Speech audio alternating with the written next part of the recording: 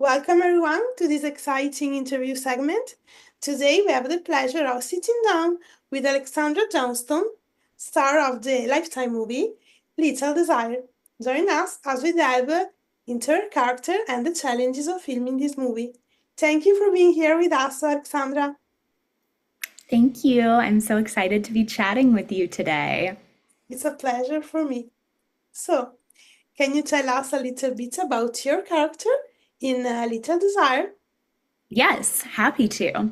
Um, Lethal Desire is a film about two couples, Ava and Julian, and Mackenzie and Theo. I play Mackenzie. Ava and Julian, their marriage is struggling. They move to a new town. They move in next door to Theo and Mackenzie, who are in a thriving marriage. And little do they know that Theo and Mackenzie engage in a swinging lifestyle. So we bring Julian and Ava into this lifestyle. And my character, Mackenzie, is really the ringleader of this whole engagement. So Mackenzie is very vivacious and a little aggressive and a little manipulative.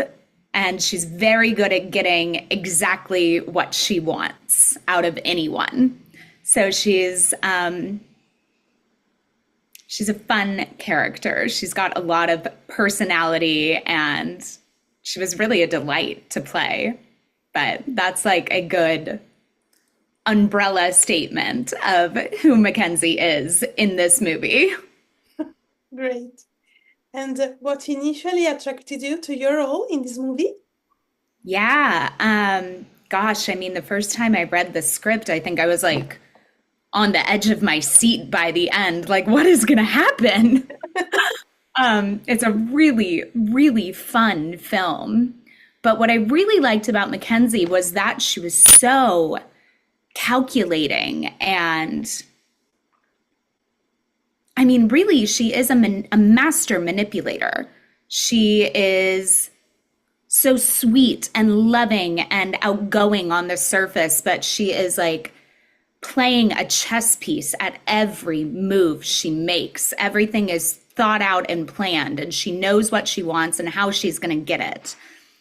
That was very interesting to me. That's very far from who I am as a person. In my real life, I'm very go with the flow, happy go lucky, and never really thinking like 20 steps ahead. So it was very fun to explore this woman who has created a world for herself where everything goes her way because she has made it so. I thought that was particularly interesting to play with. So I think that was like the first like, ooh, that's different. That's fun. I want to do that. How do I do that? The That's spark. amazing. And what do you think makes this movie so special and captivating for the audience? Um, that the story's great. It is a fabulous whodunit. It just, you get on the train from scene one and the train is going 100 miles per hour and you don't get off until you reach the platform at the end. It just builds and builds and you think you know what's going to happen and then it twists and then it twists again and it twists again. It's very well crafted. So I think it's the kind of movie that can hold an audience until the very end, which is the best, you know? Like, that's why we go to the movies. We want to be entertained, we want to be excited, we want to be shocked. And I think this film really does have all those elements to it, which is what more can you ask for? Yeah, exactly. And what was it like working with the rest of the cast and crew on this set? The best. We had a really delightful casting crew on this. Like from the very top to the very bottom, everyone was lovely. Our director, David, was so engaging. He would do this wonderful thing with, he wouldn't tell you too much. And I could like look at him after he called cut and he'd just give me like a little nod. And I was like, all right, we got it. You know, he was like such an actor's director. Our producer Richard was so wonderful, and our producer Joanna was so just like on the ground, there for you, whatever you needed. Our DP Marcus was like so talented, creating these very interesting shots out of what seemed like, how are we going to make this engaging? The set is very limited. And then you look in the monitor and it's like, oh my God, how did you do that? You know, like our crew was just incredible. And then Kayla, Ty, Justin, I mean, they're all such great actors. We all took it so seriously. We all cared so much. We all put in so much work, and the discoveries we found just playing off of each other, that was like, you know, little magic moments where I didn't see it that way until Ty did something, and that informed what I wanted to do. And it really just felt like we got to go to work and play every day, which was really, really fun. Yeah, that's amazing. So, what can you tease about your character journey?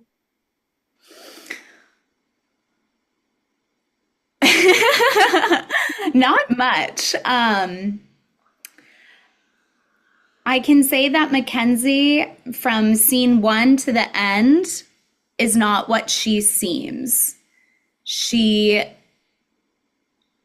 comes off as someone who has this perfect life. And as the film goes on, you come to realize what she went through in her past to arrive where she is now, and it's not all roses. So she's complicated, and I hope audiences will enjoy getting to see the layers getting pulled back on revealing who she really is underneath the facade she puts out. That's amazing. Yeah. The last question about this movie. What was your favorite scene or moment while filming it? If you can say that, if it's not a spoiler. The end. Like in all great whodunits, the end is the best. But I can't tell you anything about it. But that was definitely my favorite. And I can tell you that we shot all night. We arrived to set at 8 p.m. and we went home at 8 a.m. So it was a crazy long all-nighter. And it's just such a fun ending. And we had like so much fun making it. There's some stunts, there's twists. It's really a good time. So that was like absolutely 100% my favorite day on set, for sure. Great. Can we say if it's a happy ending in some ways or not? Yeah, I think it's definitely a happy ending. Great. I think I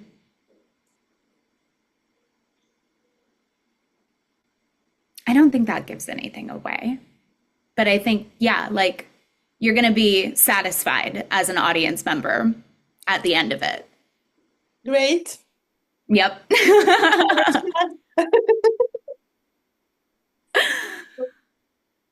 Change of subject. This is a question I ask to all the artists I have the pleasure to talk with. What have been some of the most memorable projects you have worked on throughout your career, and why for you? I feel like every project is super memorable, you know? I think getting to work at all is such a privilege. So everything that you get to work on feels very, very special, and kismet that this writer who you don't know wrote a role that you're so perfectly suited for, and somehow you, through the matrix, found each other, right? Yeah. I mean, I could like spend an hour talking to you about every role I ever did, but most recently, my favorite besides Lethal Desire, my husband and I shot a feature film together that he wrote and directed with our business partner Rob Zazali, and it's called Shark Girl.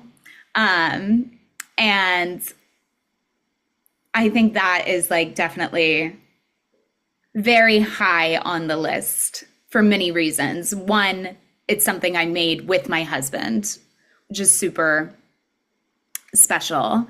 Um, but two, it's something that we made with all of our closest friends too. It was really like a grassroots, we all came together and made this little indie creature feature.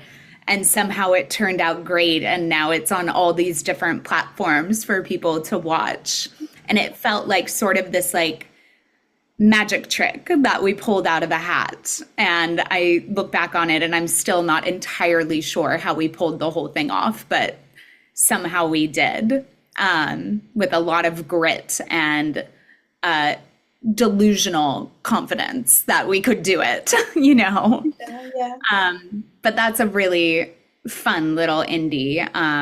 My character in that is named Heidi, and Heidi is a social media influencer who gets bit by a radioactive shark during a beach photo shoot and starts taking on shark-like tendencies, becoming a new kind of apex predator on the planet. So that was also like a very complicated, interesting character to play, which was super fun for me.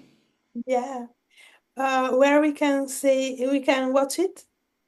It's everywhere, I think. Well, not everywhere, but it's available for rent and purchase on Amazon, Google Play, Fandango, Vudu, and also streaming for free on Roku, Plex, Flex, and should be on Tubi soon. Oh, great. Great. Yeah. So, the last question, can you tease something about your next projects? Yes. Yes, I totally can. I have a couple. My husband and I made a sophomore film called Sleep Stalker that is about a couple who moves into a house, and with shortly after moving into this new house, the man starts sleepwalking unexpectedly. So this is a very fun found footage horror film that should be coming out this summer. And most recently, I just directed my first ever short film, Ooh, which is called Emma and Emma. And hopefully that is hitting a festival circuit in 2025, 2026. that's great. So, this is it. Make sure, all of you, to quote Little Desire on Friday night, this Friday night, on, This Friday night. yeah. And thank you, Alexandra, to join us today. Thank you. I had a great time chatting with you. It's a pleasure. And thank you all for watching. Bye. Bye.